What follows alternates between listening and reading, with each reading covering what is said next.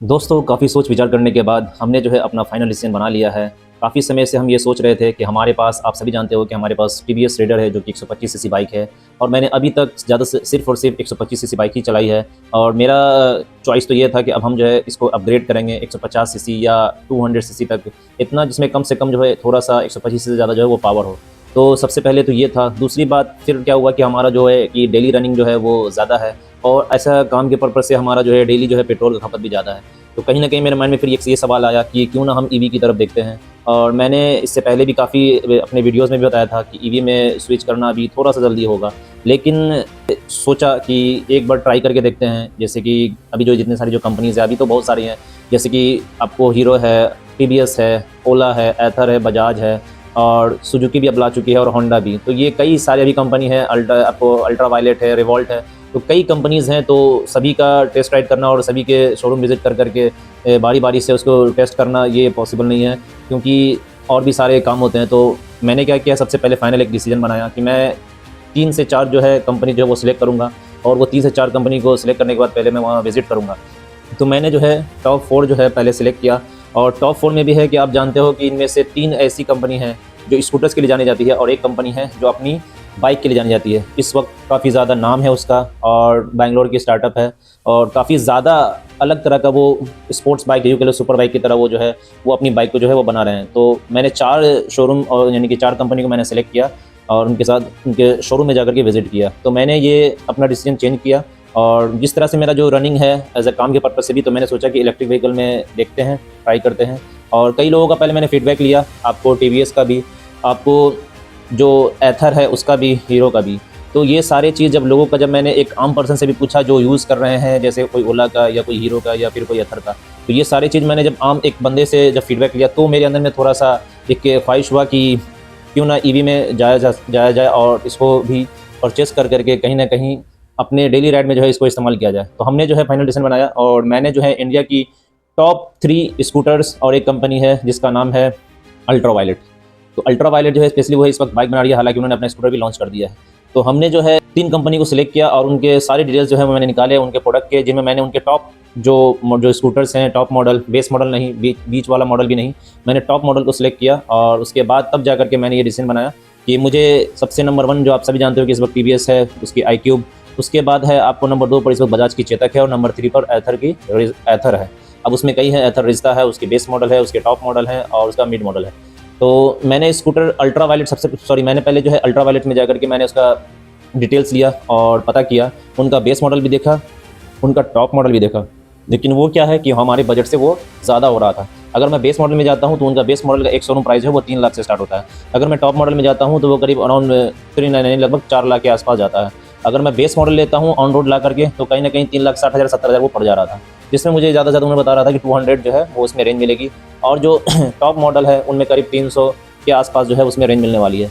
तो मैंने जो है बजट की वजह से मैंने अल्ट्रावायलेट को जो है अभी साइड कर दिया, क्योंकि बहुत सारे उसमें प्रॉब्लम्स इश्यूज़ हो सकते थे। हालाँकि कंपनी जो सेल्समैन में जो होते हैं वो कंपनी के, वो तो पूरा ज़्यादा से ज़्यादा आपको पॉजिटिव बताएँगे, नेगेटिव बताएँगे नहीं। अगर आपको पूरा क्लियर फीडबैक लेना है तो आपको कस्टमर से लेना पड़ेगा। तो मैंने सीधा-सीधी मैंने देख लिया, क्योंकि उनका भी बहुत सारे आउटलेट नहीं है। मैंने पता कि हमारे बिहार में सिर्फ पटना में ही एक है, मेरे एरिया में अल्ट्रावायलेट का। यहाँ तक कि बताया जाता है यूपी में भी नहीं था, झारखंड में नहीं था। तो सेल्समैन बताया कि वो उड़ीसा से कई कस्टमर आते हैं यहाँ सर्विसिंग कराने के लिए। तो मैंने देखा कि बहुत ज़्यादा अभी जल्दी होगा, अभी इनको इंफ्रास्ट्रक्चर और बैठाने होंगे अल्ट्रावायलेट को, तो थोड़ा-सा और टाइम देना पड़ेगा अल्ट्रावायलेट में जाने के लिए। तो यहाँ से मैंने अल्ट्रावायलेट को कैंसिल कर दिया। उसके बाद नंबर आता है नंबर 1 इंडिया की जो इस वक्त चल रही है टीवीएस की iQube। टीवीएस की iQube, और मुझे सबसे ज़्यादा 2 में ज़्यादा कन्फ्यूज़न हुई, एक टीवीएस iQube, एक एथर की रिश्ता।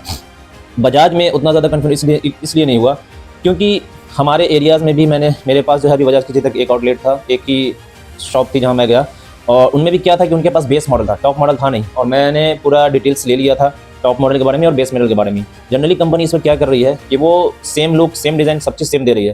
फ़र्क क्या दे रही है कि सिर्फ इसमें बैटरी बैकअप जो है वो कम हो जाती है। जैसे कोई अगर 150 किलोमीटर रेंज दे रहा है तो किसी में 100 किलोमीटर का रेंज है।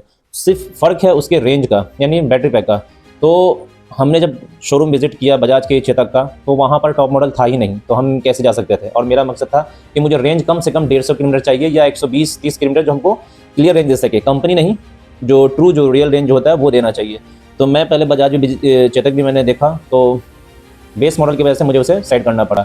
अब नंबर आई टीवीएस की iQube और एथर की रिश्ता। मैंने जब एथर की रिश्ता देखी तो एथर की रिश्ता मुझे लुक वाइज काफ़ी पसंद आई एज़ कम्पेयर टू बजाज की चेतक या टीवीएस की आईक्यूब। टीवीएस की आईक्यूब भी लुक सही है, हालांकि बजाज की भी चेतक जो वो भी लुक सही है, क्योंकि हर तरह के लोग आते हैं, हर की अपनी अपनी पसंद होती है। किसी को चेतक पसंद है, किसी को एथर पसंद है, किसी को आईक्यूब पसंद है।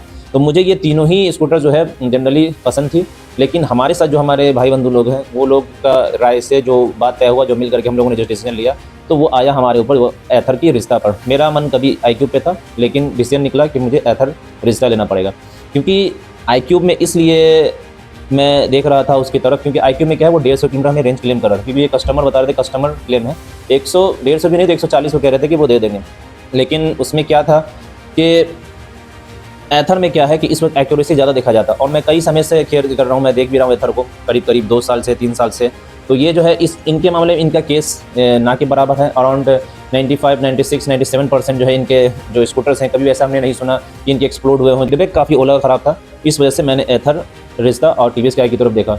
तो टीवीएस आईक्यूब में और एथर रिश्ता में, ये दोनों में ज़्यादा मेरे नज़र में ज़्यादा कॉम्पिटिशन चल रहा था। तो जैसा डिसीजन बना, मुझे ऐसा लगा कि नहीं, एथर में जाना चाहिए, क्योंकि कुछ चीज़ें जो हैं आईक्यूब की अच्छी थी, तो कुछ चीज़ें जो हैं मुझे एथर रिश्ता की अच्छी लगी।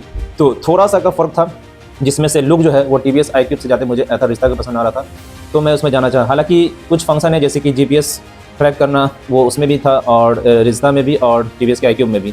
तो ये कुछ चीज़ें थी। और दूसरा चीज़ ये है कि इन्होंने जो मुझे सबसे मेन चीज़ जो बताया, वो बताया कंपनी का बाईबैक का जो सिस्टम है वो एथर रिश्ता में मुझे मिल रहा था, टीवीएस के आईक्यूब में नहीं मिल रहा था। क्योंकि टीवीएस के आईक्यूब के सेल्समैन ने मुझे कह दिया कि भाई इसमें जो है ऐसा कोई बाईबैक नहीं है, अगर कल को ये आपको रीसेल करना हो तो इसका कोई वैल्यू नहीं है, क्योंकि हमें भी पता है कि इस वक्त ईवी स्कूटर हो या बाइक हो, इसका रीसेल वैल्यू नहीं है। हालांकि पेट्रोल का जो है आपको रीसेल अच्छा खासा मिल जाएगा। तो ये चीज़ कंपेयर करके टीवीएस आईक्यूब जो है लेना, ये थोड़ा सा मन में एक थॉट ये आ रहा था कि क्या होगा, अभी तो ले लेंगे, 4 साल 3 साल के बाद क्या होगा। तो एथर रिश्ता ने मुझे एक तरह से ये सेटिस्फाइड किया इस चीज़ से कि 3 साल के बाद जो एथर कंपनी ये कहती है कि हम आपके जो स्कूटर्स है उसको 3 साल के बाद 40% डिस्काउंट करके हम इसे वापस ले लेंगे और आपको पैसे दे देंगे, या आपको इसको एक्सचेंज करना तो एक्सचेंज भी कर लोगे। तो इस चीज़ की वजह से मैंने जो है एथर की तरफ जाना ज़्यादा बेहतर समझा, और काफ़ी ज़्यादा इसके बारे में डिटेल भी मैंने इसका काफ़ी रिसर्च किया डिटेल में। तो आज जो है मैंने इसका सारा चीज़ जो है फॉर्म वगैरह फिलअप करना हो, जितना डिटेल से वो फिल करना हो मैंने वो कर दिया है। जो डाउन पेमेंट करना था वो सारा चीज़ मैं अभी, बहुत सारी चीज़ें है जब ये डिलीवर हो जाएगा, क्योंकि अभी मुझे डिलीवरी नहीं हुई है एथर की रिश्ता, पेपर वर्क जो है मैं कर चुका हूँ, क्योंकि ये जो है मैं स्कूटर फाइनेंस पे ले रहा हूँ। मैंने सिर्फ 40,000 रुपये करीब डाउन पेमेंट किया है, और बाकी और सारी चीज़ें जो है जब फाइनल डिलीवर हो जाएगा उस एथर रिश्ता के बारे में, उसका सारा चीज़, चाहे उसका वो फिजिकल बॉडी से लेकर के सॉफ्टवेयर से लेकर के जितने सारे वर्किंग जो है उसके अंदर में, राइड कंफर्ट, सस्पेंसन, हर चीज़, तो ये सारा चीज़ जब मुझे डिलीवर हो जाएगा उसके बाद मैं पूरी तरीके से मैं आपको एक्सप्लेन करूँगा। तो ये था अभी तक का जो डिटेल जो मैंने आपके साथ में शेयर किया। कहीं ना कहीं मुझे पेट्रोल को छोड़ करके ईवी में जो है मुझे जाना पड़ रहा है। तो टेस्ट राइड मैंने लिया, काफ़ी मुझे पसंद आया, और मैंने इसे रोड पे चलाया, फिर उसके बाद इसको पुल पे भी चढ़ाया, ओवर ब्रिज पे चढ़ाया, और मैंने इसका इको मोड और जिप मोड दोनों ही यूज़ किया, क्योंकि इसमें इको मोड का जो स्पीड है वो करीब मैंने निकाला 56-57 इतना लगभग मैंने इको मोड में स्पीड निकाला था। उसके बाद मैंने जिप मोड पर इसको ले गया, तो सिटी में क्या है कि 70-77 तक मैं इसे ले गया था, क्योंकि ट्रैफिक भी थे तो ज़्यादा स्पीड ले जाना पॉसिबल नहीं था। जितना हो सका मैंने ट्राई किया, हालांकि काफ़ी अच्छा चल रहा था, काफ़ी स्मूथ आवाज़ था इसका, और कुछ ज़्यादा ऐसा कुछ मुझे प्रॉब्लम दिखा नहीं, मैं काफ़ी संतुष्ट हुआ। तो मुझे इसीलिए मैंने टेस्ट राइड लिया, और मुझे इसके बाद तब मैंने सजेशन मिला कि मुझे एथर रिश्ता जो है वो परचेज़ करनी चाहिए। तो आज क्या है कि मैंने उसे बुकिंग कर लिया, और सारा जो डाउन पेमेंट वगैरह पेपर भी कर लिया है। अब देखना ये होगा कि डिलीवरी के बाद किस तरह का जो एथर रिश्ता है वो परफॉर्म करता है, और हमने जिस मकसद से लिया है इस एथर रिश्ता को, वो हमें उस चीज़ पर खरा उतर पाता है कि नहीं, हमारे उस चीज़ पर, उस कंडीशन पर खरा उतर पाता है कि नहीं। अब देखना ये होगा कि हमारा ये पैसा कितना सेव करता है, या हमारे लिए ये इसको लेना कितना फ़ायदेमंद होगा या क्या होगा, ये तो आगे पता चलेगा। और जैसे जैसे हम इसको चलाएंगे इसका एक्सपीरियंस आपके साथ में शेयर करेंगे। तो ये था आज का वीडियो जो मैंने आपके साथ में शेयर किया इलेक्ट्रिक व्हीकल से रिलेटेड। उम्मीद है आप सबको वीडियो पसंद आएगी। वीडियो पसंद आई हो तो लाइक करना, शेयर करना। मिलते हैं नेक्स्ट वीडियो में। गुड बाय, जय हिंद।